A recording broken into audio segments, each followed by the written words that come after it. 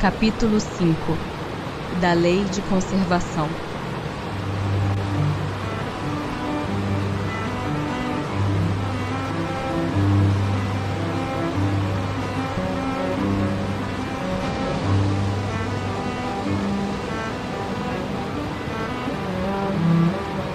Instinto de conservação. É lei da natureza um instinto de conservação? Sem dúvida. Todos os seres vivos o possuem, qualquer que seja o grau de sua inteligência. Nuns é puramente maquinal, raciocinado em outro. Com que fim outorgou Deus a todos os seres vivos um instinto de conservação? Porque todos têm que concorrer para cumprimento dos desígnios da providência. Por isso foi que Deus lhes deu a necessidade de viver. Acresce que a vida é necessária ao aperfeiçoamento dos seres. Eles o sentem instintivamente, sem disso se aperceberem. Meios de conservação. Tendo dado ao homem a necessidade de viver, Deus lhe facultou em todos os tempos os meios de o conseguir? Certo. E se ele os não encontra, é que não os compreende. Não fora possível que Deus criasse para o homem a necessidade de viver, sem lhe dar os meios de consegui-lo. Essa é a razão por que faz que a terra produza de modo a proporcionar o necessário aos que a habitam, visto que só o necessário é útil. O supérfluo nunca o é. Por que nem sempre a terra produz bastante para fornecer ao homem o necessário? É que ingrato, o homem a despreza. Ela, no entanto, é excelente mãe. Muitas vezes também ele acusa a natureza do que só é resultado da sua imperícia ou da sua imprevidência. A terra produziria sempre o necessário, se com o necessário soubesse o homem contentar-se. Se o que ela produz não lhe basta a todas as necessidades, é que ele emprega no supérfluo o que poderia ser aplicado no necessário. Olha o árabe no deserto. Acha sempre de que viver, porque não cria para si necessidades factícias. Desde que haja desperdiçado a metade dos produtos em satisfazer a fantasias, que motivos tem o homem para se espantar de nada encontrar no dia seguinte e para se queixar de estar desprovido de tudo quando chegam os dias de penúria? Em verdade vos digo, imprevidente não é a natureza, é o homem que não sabe regrar o seu viver.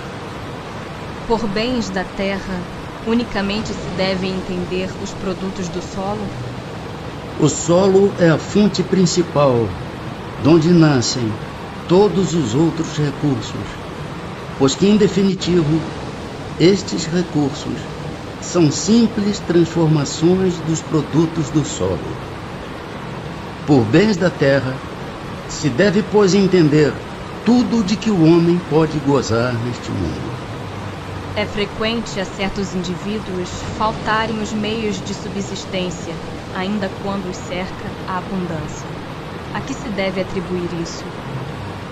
Ao egoísmo dos homens que nem sempre fazem o que lhes cumpre.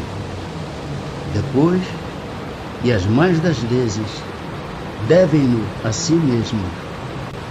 Buscai e achareis. Estas palavras não querem dizer que para achar o que deseje, basta que o homem olhe para a terra, mas que lhe é preciso procurá-lo não com indolência, e sim com ardor e perseverança, sem desanimar ante os obstáculos, que muito frequentemente são simples meios de que se utiliza a providência para lhe experimentar a constância, a paciência e a firmeza. Não há situações em as quais os meios de subsistência de maneira alguma dependem da vontade do homem, sendo-lhe a privação do de que mais imperiosamente necessita uma consequência da força mesma das coisas? É isso uma prova muitas vezes cruel, que lhe compete sofrer, e a qual sabia ele de antemão que viria a estar exposto. Seu mérito então consiste em submeter-se à vontade de Deus, desde que a sua inteligência nenhum meio lhe faculta de sair da dificuldade.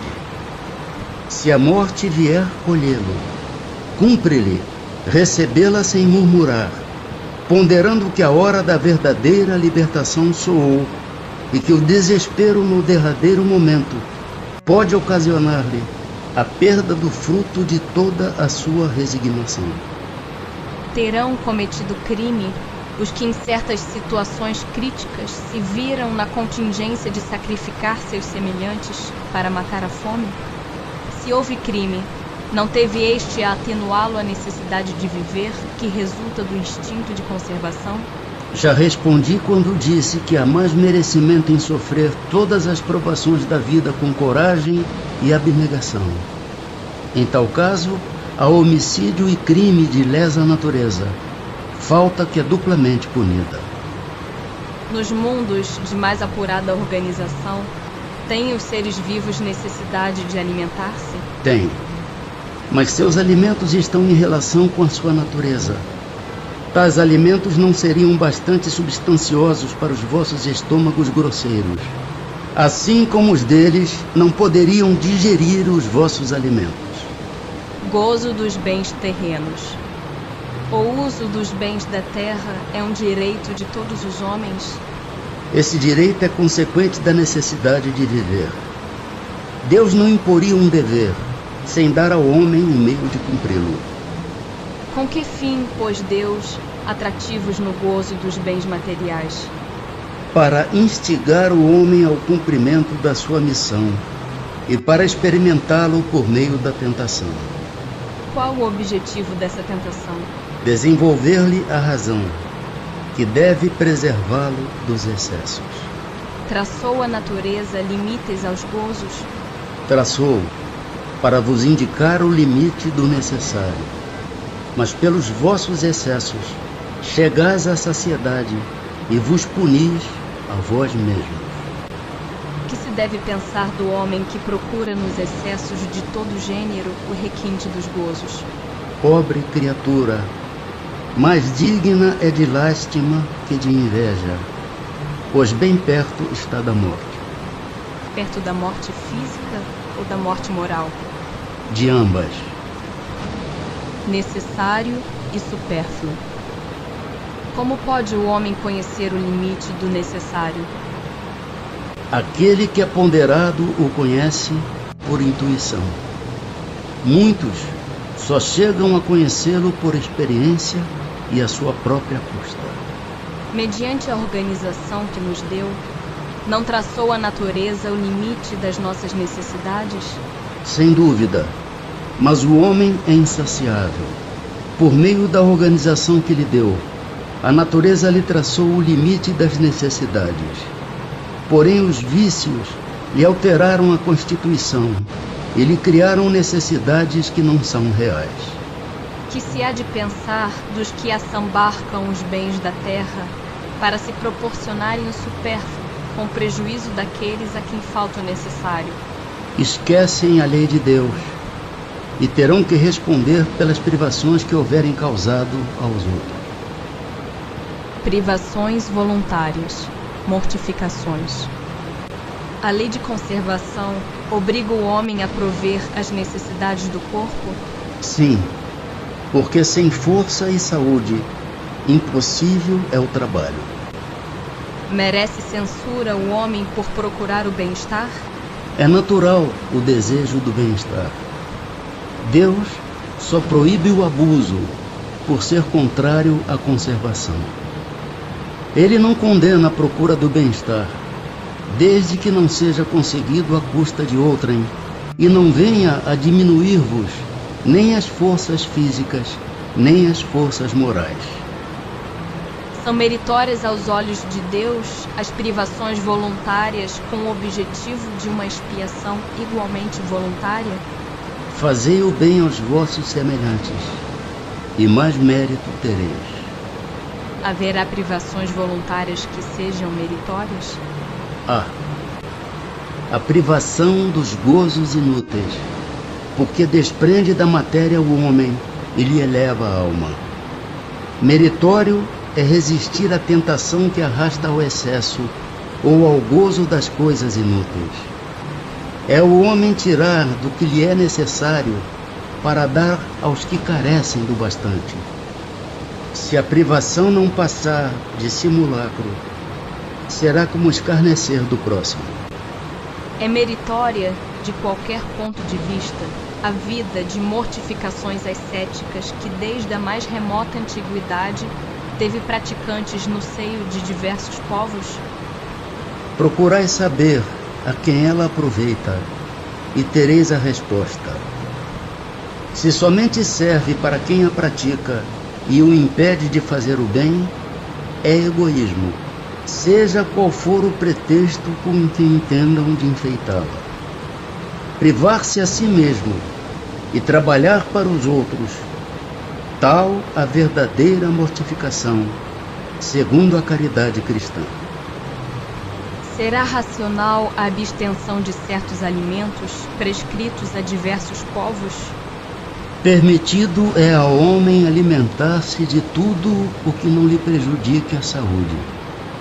Alguns doutores da lei, porém, com um fim útil, entenderam de interditar o uso de certos alimentos e, para maior autoridade, imprimirem as suas leis, apresentaram-nas como emanadas de Deus. A alimentação animal é, com relação ao homem, contrária à lei da natureza? Dada a vossa constituição física, a carne alimenta a carne, do contrário, o homem perece. A lei de conservação lhe prescreve, como um dever, que mantenha suas forças e sua saúde para cumprir a lei do trabalho. Ele, pois, tem que se alimentar conforme o reclame a sua organização. Será meritório privar-se o homem da alimentação animal ou de outra qualquer por expiação? Sim, se praticar essa privação em benefício dos outros. Aos olhos de Deus, porém, só há mortificação, havendo privação séria e útil. Por isso é que qualificamos de hipócritas os que aparentemente se privam de alguma coisa. Que se deve pensar das mutilações operadas no corpo do homem ou dos animais? A que propósito semelhante questão? Ainda uma vez, perguntai sempre vós mesmos se é útil aquilo de que porventura se trate. A Deus não pode agradar o que seja inútil, e o que for nocivo lhe será sempre desagradável. Porque ficais sabendo, Deus só é sensível aos sentimentos que elevam para ele a alma. Obedecendo-lhe a lei e não a violando, é que podereis forrar-vos ao jugo da vossa matéria terrestre. Visto que os sofrimentos deste mundo nos elevam se os suportarmos devidamente, dar-se-á que também nos elevam os que nós mesmos nos criamos? Os sofrimentos naturais são os únicos que elevam, porque vêm de Deus. Os sofrimentos voluntários de nada servem, quando não concorrem para o bem de outrem. Supões que se adiantam no caminho do progresso os que abreviam a vida mediante rigores sobre-humanos, como o fazem os bonzos, os faquires e alguns fanáticos de muitas seitas? Por que de preferência não trabalham pelo bem de seus semelhantes? Vistam o indigente, consolem o que chora, trabalhem pelo que está enfermo, sofram privações para alívio dos infelizes, e então suas vidas serão úteis e, portanto, agradáveis a Deus. Sofrer alguém voluntariamente apenas por seu próprio bem é egoísmo. Sofrer pelos outros é caridade. Tais os preceitos do Cristo. Uma vez que não devemos criar sofrimentos voluntários que nenhuma utilidade tenham para outrem, deveremos cuidar de preservar-nos dos que nos ameacem? Contra os perigos e os sofrimentos, é que o instinto de conservação foi dado a todos os seres. Fustigai o vosso espírito e não o vosso corpo. Mortificai o vosso orgulho, sufocai o vosso egoísmo, que se assemelha a uma serpente, a vos roer o coração, e fareis muito mais pelo vosso adiantamento, do que infligindo-vos rigores que já não são deste século.